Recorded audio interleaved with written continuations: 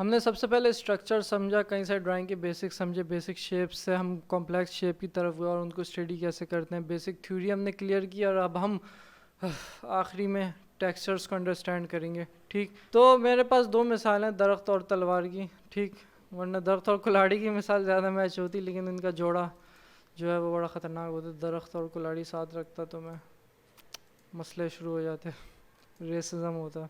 दरख्त कहता इसको बिठाओगे तो मैं शो में नहीं आऊँगा। तो ये मुझे पता नहीं वो आमिर लियाकत वाला सीन याद आ गया, वो जो बहुत पहले हुआ था बोल ट्रांसमिशन में। तो दरख्त से सबसे पहले दरख्त से शुरू करते हैं। तो दरख्त पे आप देख सकते हैं, अगर हम जूम करके देखें तो इसमें कुछ हल्का सा टेक्सचर दिखेगा। बाकी ये बात तो ऑब्वियस है, एक तरफ से लाइट आ रही है, दूसरी तरफ शेडो है।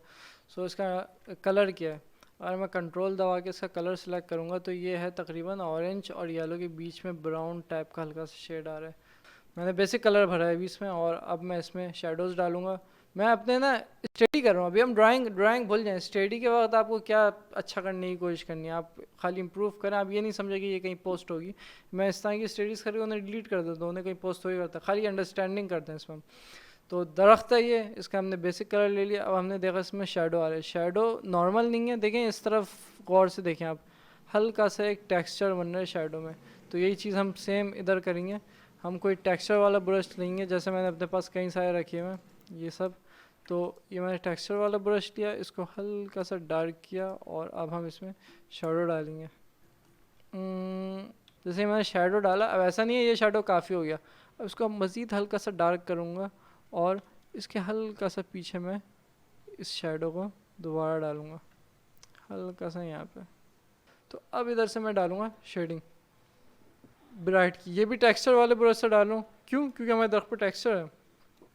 अब मैं अपने रेफरेंस को देखता हूँ, तो रेफरेंस में हाइलाइट्स हैं, शेडोज़ हैं, लेकिन मैं एक चीज़ देख रहा हूँ कि यहाँ जहाँ जहाँ से दरख्त मोड़ रहा है वहाँ कुछ कर्व्स जैसे साइन, हल्का सा एक टेक्सचर दिख रहा है और उसके नीचे भी एक शेडो आ रहा है। तो यही चीज़ हम अपने रेफरेंस से स्टडी करने की कोशिश करेंगे कि मैं यहाँ जगह जगह हल्के हल्के से, जहाँ थोड़ी ढलान टाइप की बन रही है वहाँ पर शेडोज़ डाल देता हूँ।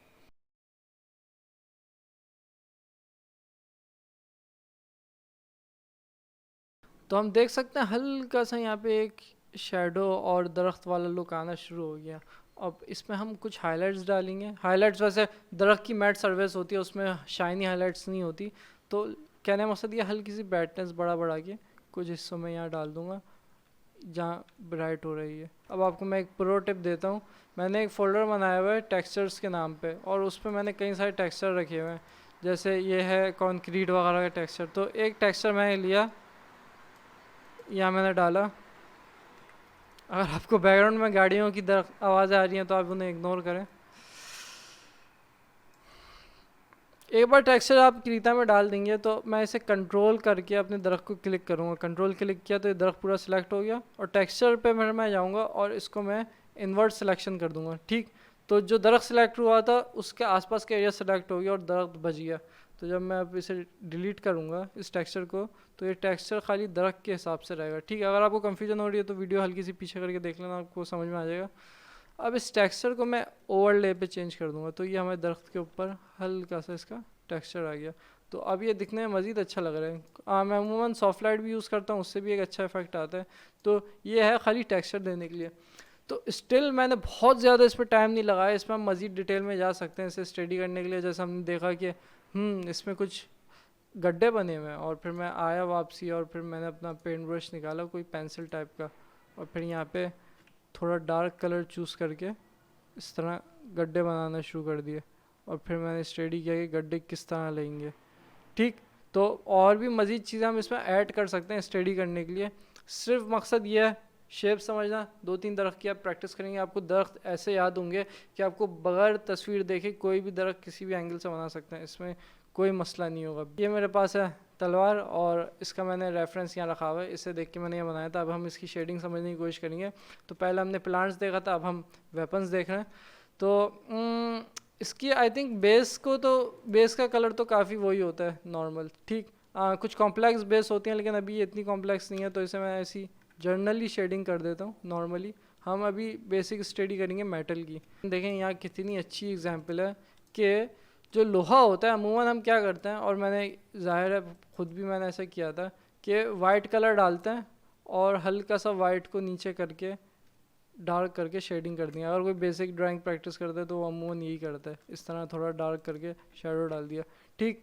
लेकिन असली तलवार को देखो तो यहाँ तो सीन ही अलग है। असली तलवार में ये सीन है कि ये बग़ैर किसी डर के डायरेक्ट ब्लैक और उसके बराबर डायरेक्ट वाइट डाला हुआ है, और इतना हैवी कंट्रास्ट दिया हुआ है इन लोग ने कि दिया हुआ भी नहीं है असली में तलवार में आया। तो मुझे ये चीज़ सीखनी चाहिए और ये सबक लेना चाहिए। तो मैंने फुल वाइट करी अपनी तलवार, और अब मैं फुल डार्क की तरफ भी अपने रेफरेंस को देख के, ठीक।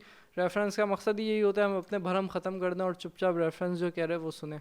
तो मैंने यहाँ से डार्क ले गया कलर और ऊपर तक ले जाता हूँ मैं, यहाँ से ऊपर ले आया ले आया ले आया ले आया ले आया। अब दूसरी तरफ जाता हूँ और यहाँ से मज़ीद डार्क कलर इस कोने पे ले गया मैं, ठीक। अब यहाँ जो साइड में हल्के से हैंडल्स हैं इनके लिए मैं जाऊँगा, लेकिन अभी साइड में हल्का हल्का डार्क कलर डाल देता हूँ जैसा मैं रेफरेंस में।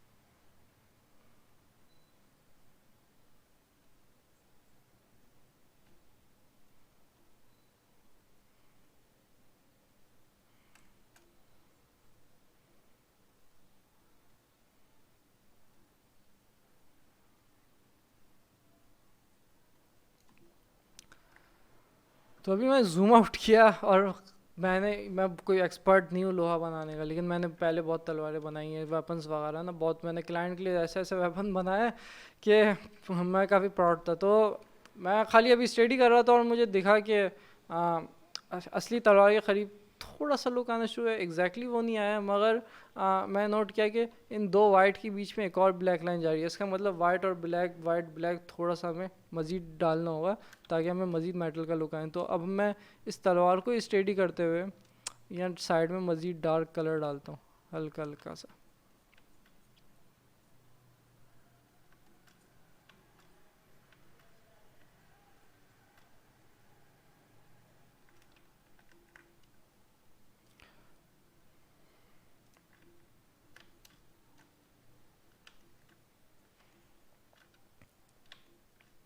अब ये देखें ब्लैक वाइट फिर ब्लैक। अब मैं यहाँ से एक और वाइट डालता हूँ, वो भी ब्लैक के ऊपर। फिर देखते हैं कैसा लुक आता है जूम आउट करके।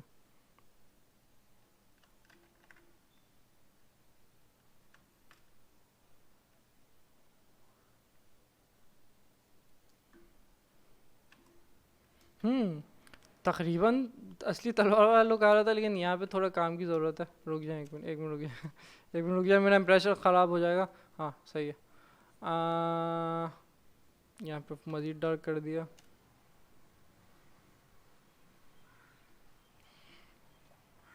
तो अभी मैंने कोई सुपर साइंस नहीं किया और मैं बेसिक स्टडी कर रहा था, लेकिन आपने देखा कि अभी तलवार वाला लुक इस पर आना शुरू हो गया, पेंटेड वाली, ठीक।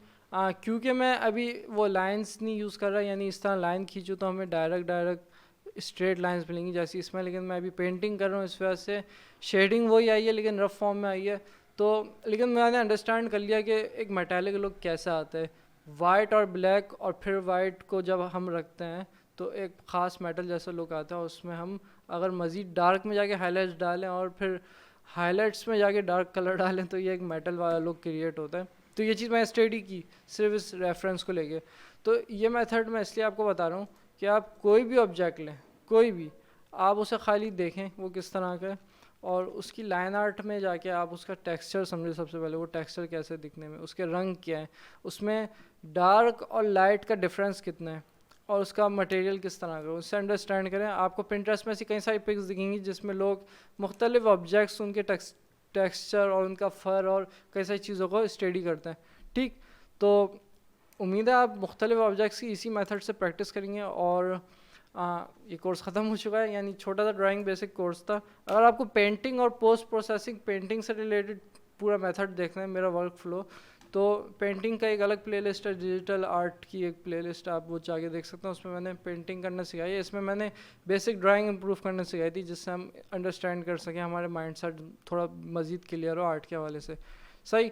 तो एक कैरेक्टर की मैं एक अलग से क्लास बनाऊंगा जिसमें कैरेक्टर कैसे बनाते हैं उस वो मैं पूरा बताऊंगा। तो उम्मीद है इस वीडियो से आपको फ़ायदा हुआ होगा। मैं उसे उस्मान फ्रॉम क्रिएटिव ग्रीन, शुक्रिया।